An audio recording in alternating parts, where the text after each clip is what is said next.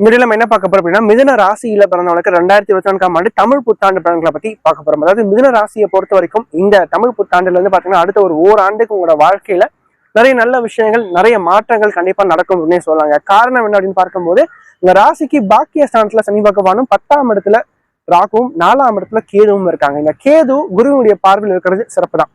என்னதான் 10ஆம் அதிபதி 12ல மறைந்தாலும் இருக்கின்ற இடத்தை விட்டு வெளியே போய் அங்க வந்து பிழைக்கின்ற தன்மையை குரு பகவான் நிச்சயமா ஏற்படுத்தி கொடுப்பார் அப்படின்னு சொல்லாங்க.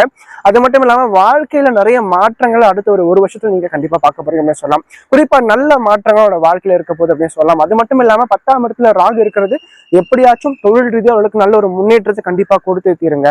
ஏன்னா 10ஆம் இடத்துல ஒரு பாவியாச்சும் இருக்கும், அது ஒரு பாம்பு கிரகமாச்சும் இருக்கும் அப்படின்னு சொல்லுவாங்க. சோ அந்த வகையில பார்க்கும்போது ராகு 10ஆம் இடத்துல இருக்கிறது ஒரு மிகப்பெரிய ஒரு பலம் தான்.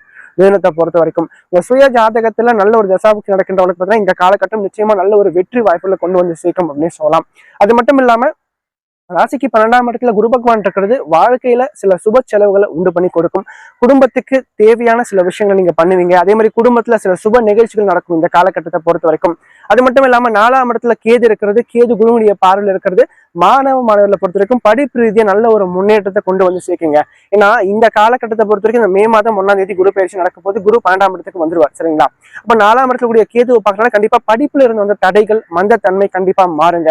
நல்ல ஒரு இன்ட்ரெஸ்டோட படிக்கக்கூடிய தன்மையை வந்து உண்டு பண்ணி கொடுக்கும் அப்படின்னு சொல்லாங்க. அது மட்டும் இல்லாம நல்ல ஒரு ஆழ்ந்த அறிவு ஆழ்ந்த ஒரு படிப்புல ஒரு ஈடுபாட்டை கண்டிப்பா கொடுக்கும் அப்படின்னு சொல்லலாம். அது மட்டும் இல்லாம இந்த காலகட்டத்தை பொறுத்த வரைக்கும் சொந்தமா ஒரு வீடு வாங்குறது ஒரு நிலம் வாங்குறதுக்கான வாய்ப்புகள் கண்டிப்பா தேடி வருங்க. நிறைய ஆன்மீகம் சம்பந்தப்பட்ட விஷயத்துக்கு அதிகமா முக்கியத்துவம் தருவீங்க. அது மட்டும் இல்லாம இந்த காலகட்டத்துல வந்து பாத்தீங்கன்னா வண்டி வாகனம் வாங்கக்கூடிய யோகத்தையும் இந்த குரு பகவான் கண்டிப்பா ஏற்படுத்தி கொடுப்பாரு. ஏன்னா ஒரு சுப செலவை கண்டிப்பா உங்களுக்கு கொண்டு பண்ணி கொடுத்தே ஆகும். சோ அது வந்து இந்த மாதிரியான விஷயங்களுக்கு இந்த குரு பகவான் ஏற்படுத்தி கொடுப்பார் அப்படின்னு சொல்லலாம். அது மட்டும் இல்லாம ரொம்ப நாளா இருந்து வந்து உங்க தாயாருடைய உடல் உபாதைகள் இப்போ வந்து கொஞ்சம் கொஞ்சமா அந்த மாற்றங்கள் ஒரு இம்ப்ரூவ்மெண்ட் கண்டிப்பா கிடைக்கும் அப்படின்னு சொல்லலாம். தாயாருடைய மருத்துவ செலவுகள் கண்டிப்பா குறையக்கூடிய ஒரு காலகட்டமா இந்த காலகட்டம் இருக்கும். அதே மாதிரி தாயார் வழி உறவுகள்கிட்டையும் உங்களுக்கும் இருந்த கருத்து வேறுபாடுகள் குறைகின்ற ஒரு காலகட்டமா இந்த காலகட்டம் நிச்சயமா இருக்கும் அப்படின்னு சொல்லாங்க. சோ தாய்க்கும் உங்களுக்கும் நல்ல ஒரு உறவுநிலை நீடிக்கின்ற ஒரு காலகட்டமா அவங்களோட ஆரோக்கியம் ஓரளவுக்கு நல்ல ஒரு முன்னேற்றத்தை பார்க்கின்ற ஒரு காலகட்டமா இந்த காலகட்டம் கண்டிப்பா இருக்கும். ஏன்னா குரு 4ஆம் இடத்தை பார்க்கிறார். அதற்கு அடுத்து வந்து பாத்தீங்கன்னா ராசிக்கு 6ஆம் இடத்தை குரு பகவான் பார்க்கிறார். 6ஆம் இடத்துல நல்ல ஒரு அடிமை தொழிலை குறிக்கின்ற இடம். சரிங்களா? சோ அந்த இடத்த குரு பகவான் பார்க்கும்போது நல்ல ஒரு வேலை கிடைக்கும். அதுதான் முக்கியமான விஷயம். அதாவது வேலை இல்லாத இளைய பருவத்திற்கு நல்ல ஒரு வேலை தற்போது கிடைக்கும். ஏன்னா குரு பார்வைக்கு அந்த அளவுக்கு வலிமை அதிகம். குரு இருக்கின்ற இடத்தை விட பார்க்கின்ற இடத்தை வலுப்படுத்துவார். சோ அந்த வகையில பார்க்கும்போது 6ஆம் இடத்தை பார்க்கலாம் நிச்சயமா நல்ல ஒரு உத்தியோகம் நல்ல ஒரு வேலை கிடைச்சு தீரணும். அது மட்டும் இல்லாம 10ஆம் இடத்துல ராகு வேற இருக்காரு. அது இன்னும் பிளஸ் பாயிண்ட் தான் உங்களுக்கு. 10ஆம் அதிபதி 6ஆம் இடத்தை பார்க்கறாரு, 10ஆம் இடத்துல ராகு இருக்காரு. நல்ல ஒரு உத்தியோகம் கிடைச்சே தீரணும் இந்த காலகட்டத்துல. அது மட்டும் இல்லாம வேலையில ஒரு இடமாற்றத்துக்காக முயற்சி பண்றவங்களுக்கு அதாவது இந்த 2024ஆம் ஆண்டு கடைசியில நவம்பர் டிசம்பர்ல நீங்க வந்து வேலையில ஒரு இடமாற்றத்துக்கு முயற்சி பண்ணும்போது கண்டிப்பா அது சரியா வரும். அதற்கு முன்னாடி பண்றது கொஞ்சம் பிரச்சனைக்குரியதா கண்டிப்பா இருக்கும் அப்படின்னு சொல்லலாம். அடுத்து ராசிக்கு 8ஆம் இடத்தை குரு பகவான் பாக்குறாரு. 8ஆம் இடத்தை பார்க்கும்போது என்ன பண்ணுவார்? திடீர் அதிர்ஷ்டம், திடீர் பணவரவு, எதிர்பாராத வகையில வருமானத்தை கண்டிப்பா உண்டு பண்ணி கொடுத்தே தீரணும் இந்த காலகட்டத்துல. அப்ப நல்ல ஒரு லாபம் கண்டிப்பா கிடைக்கும். மறைமுகமான வழியில சில தன லாபங்களை குரு பகவான் உண்டு பண்ணி கொடுப்பார் அப்படின்னு சொல்லலாம். அது மட்டும் இல்லாம சொந்த ஊரை விட்டு வெளிநாடு போறதுக்கு முயற்சி பண்றவங்களுக்கு இந்த காலகட்டம் கண்டிப்பா கைகூடி வரும். ரொம்ப நாளா வந்து பாத்தீங்கன்னா அப்ராட் போறதுக்கு முயற்சி பண்றவங்களுக்கு பாத்தீங்கன்னா நிறைய தடைகள் தாமதங்கள் ஆகிட்டே இருக்கு அப்படின்னா இந்த காலகட்டத்தில் நீங்க முயற்சி பண்ணும்போது கண்டிப்பா அந்த விஷயங்கள் கைகூடி வரக்கூடிய ஒரு காலகட்டமா இந்த காலகட்டம் இருக்கும். நல்ல ஒரு ஆப்பர்ச்சுனிட்டி கிடைச்சி அங்க போய் செட்டில் ஆகிறதுக்கான வாய்ப்புகள் கண்டிப்பா இருக்கு. அதே மாதிரி பாத்தீங்கன்னா ஏற்றுமதி இறக்குமதி சம்பந்தப்பட்ட பிசினஸ் பண்றவங்களுக்கும் இந்த காலகட்டம் ஓரளவுக்கு கைகூடக்கூடிய ஒரு காலகட்டமா கண்டிப்பா இருக்கும். அதே மாதிரி முக்கியமா தெரிஞ்சுக்க வேண்டிய விஷயம் என்னன்னா பிசினஸ் பண்றவங்களுக்கும் சரி தொழில் செய்யறவங்களுக்கும் சரி வரக்கூடிய வருமானம் எந்த அளவுக்கு இருக்கோ அதுக்கேற்ற செலவுகள் கண்டிப்பா இருக்கும் அடுத்த ஒரு வருஷத்துக்கு. அப்போ செலவுகள் அதிகமா இருக்கும். அதனால நீங்க என்ன பண்ணணும்? முடிஞ்ச வரைக்கும் சிக்கனத்தை கடைபிடிக்கணும். நிறைய வீண் செலவுகளை குறைச்சிக்கணும். என்னடா காசு ஒரு பக்கம் வருது இன்னொரு பக்கம் செலவாயிட்டே இருக்குன்னு சொல்லிட்டு யோசிப்பீங்க. அப்பதான் கையில காசு வந்திருக்கும், ரொம்ப சந்தோஷமா இருந்திருப்பீங்க. ஆனா பாத்தீங்கன்னா அடுத்த ஒரு 2-3 நாள் காசு வந்து கரைஞ்சு போயிட்டு இருக்கும். சோ இந்த மாதிரியான விஷயங்கள் கண்டிப்பா அடுத்த ஒரு வருஷத்துக்கு இருக்கும். அப்போ நீங்க என்ன பண்ணணும்? இந்த செலவுகள் எல்லாத்தையும் முக்கியமான செலவுகளா மாத்திக்கணும். அதுதான் முக்கியமான விஷயம்.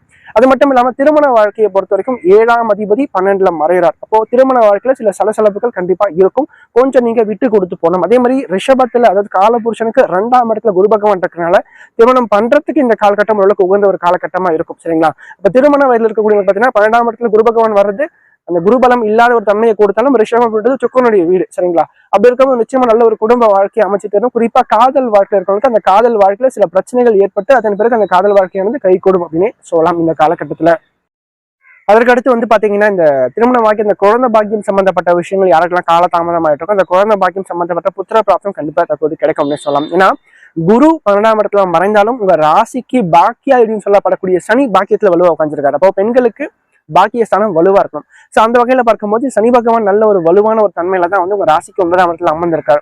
சோ இந்த காலகட்டத்தை பொறுத்த வரைக்கும் நல்ல ஒரு குழந்தை பாக்கியத்தை கிடைச்ச திரண்ட அமைப்பை சனி பகவான் கொடுத்தே தரணும் அடுத்த ஒரு வருஷத்துல. இப்போ குழந்தை இல்லாதவங்களுக்கு கண்டிப்பா குழந்தை பாக்கியம் கிடைக்கும். கொஞ்சம் நீங்க ட்ரீட்மெண்ட் எடுக்கிறீங்க அப்படின்னா இந்த காலத்துல நீங்க ட்ரீட்மெண்ட் எடுக்கும்போது கண்டிப்பா அது சக்சஸ்ஃபுல்லா உங்களுக்கு வந்து முடியும் அப்படின்னு சொல்லலாம். அதுக்கடுத்து வந்து பாத்தீங்கன்னா 12ஆம் இடம்ன்றது அந்த எதிர்பாராத வகையில வரக்கூடிய வருமானத்தை குறிக்கின்ற இடம், இந்த ஷேர் மார்க்கெட்டை குறிக்கின்ற இடம். அப்போ ஆன்லைன்ல பிசினஸ் பண்றவங்களுக்கு பாத்தீங்கன்னா இந்த காலகட்டத்தில் நல்ல ஒரு லாபம், நல்ல ஒரு அனுகூலமான பலன்கள் காத்துட்டு இருக்கு. குறிப்பா லாட்ரி, ரேஸ், பந்தயம், ஆன்லைன் சம்பந்தப்பட்ட பிசினஸ், ஷேர் மார்க்கெட்ல இன்வெஸ்ட்மெண்ட் பண்றது, ஸோ இவங்களுக்கு எல்லாம் பாத்தீங்கன்னா இந்த காலகட்டம் நல்ல ஒரு ஏற்றமான ஒரு காலகட்டமா நல்ல ஒரு வருமானத்தை தருகின்ற வகையில் இந்த காலகட்டம் நிச்சயமா அமைந்து தீரும் அப்படின்னு சொல்லலாம். அதுக்கடுத்து வந்து பாத்தீங்கன்னா ராசிக்கு 6ஆம் இடத்தை குரு பகவான் பாக்குறாரு. 6ஆம் இடம்ன்றது நல்ல ஒரு அடிமை வேலை குறிக்கின்ற இடம். அடிமை வேலை கொடுத்துருவார், அதாவது நல்ல ஒரு உத்தியோகத்தை கொடுத்துருவார், வேலையை கொடுத்துருவார். அதே மாதிரி கடனையும் கொடுப்பார் இந்த குரு பகவான். அப்போ கேட்ட இடத்துல கடன் கிடைக்கும். கடன் நிறைய கிடைக்குதுன்னு சொல்லிட்டு நிறைய கடன் வாங்காதீங்க இந்த காலகட்டத்தை பொறுத்த வரைக்கும். ஏன்னா அளவுக்கு மீனால் அமிர்தமும் நஞ்சு அப்படின்ற மாதிரி எல்லாமே அதிகமா போச்சுன்னா உங்களுக்கு பிரச்சனையை தான் கொடுக்கும். அப்போ அளவோடு இருக்கிறது சிறப்பு. அதே மாதிரி ஆரோக்கியத்தை பொறுத்த வரைக்கும் சில ஆரோக்கியத்துல சின்ன சின்ன உடல் உபாதைகள் அவ்வப்போது வந்து விலகுங்க. ஆனா பெரிதளவுக்கு பிரச்சனையை வந்து குரு பகவான் கொடுக்க மாட்டார் இந்த காலகட்டத்தை பொறுத்த வரைக்கும். அடுத்து வந்து பாத்தீங்கன்னா 9ஆம் இடத்துல சனி இருக்கார் அடுத்த ஒரு வருஷத்துக்கு. சரிங்களா? இந்த பாக்கியத்துல இருக்கக்கூடிய சனி வந்து அனைத்து விதமான பாக்கியங்களையும் நிச்சயமா கொடுத்து தீர்வார். குறிப்பா தந்தை வழி உறவுகளால் நல்ல ஒரு ஏற்றத்தை கண்டிப்பா கொடுப்பார். தந்தையால் உங்களுக்கு நல்ல ஒரு வளர்ச்சியை கொடுப்பார். அவங்களால ஒரு சில அதிர்ஷ்டகரமான விஷயங்கள் வாழ்க்கை நடக்கிறது, இந்த மாதிரி விஷயங்கள் கண்டிப்பா கொடுப்பார் இந்த காலகட்டத்தை பொறுத்த வரைக்கும் சனி பகவான். அது மட்டும் இல்லாம இந்த காலகட்டம் நிறைய வந்து ஆன்மீகத்துக்கு அதிக முக்கியத்துவம் தருவீங்க, நிறைய கோயிலுக்கு போயிட்டு வருவீங்க, இறை வழிபாட்டுல அதிகமா கலந்து கொள்வீங்க. 4ஆம் இடத்துல கேது குரு பார்வையில இருக்கார், 9ஆம் இடத்துல சனி. அப்ப நிச்சயமா சொல்லவே தேவையில்ல, கோயிலுக்கே போகாதவங்க கூட இந்த காலகட்டத்தில் அதிகமா கோயிலுக்கு போக ஆரம்பிச்சிருவாங்க. அப்போ ஓவராலா பார்க்கும்போது இந்த தமிழ் புத்தாண்டு மிதுனத்தை பொறுத்த வரைக்கும் எப்படி இருக்கு அப்படின்னு பார்க்கும்போது இந்த காலகட்டத்தை பொறுத்த வரைக்கும் உங்களோட வாழ்க்கையில சில சுப செலவுகள் நிச்சயமா உண்டு, பண விரயம் நிச்சயமா உண்டு, அதை தவிர்க்க முடியாத ஒண்ணு. அதை வந்து உங்களுக்கு ஏத்த மாதிரி மாத்திக்கிறது அது உங்க சாமர்த்தியம்.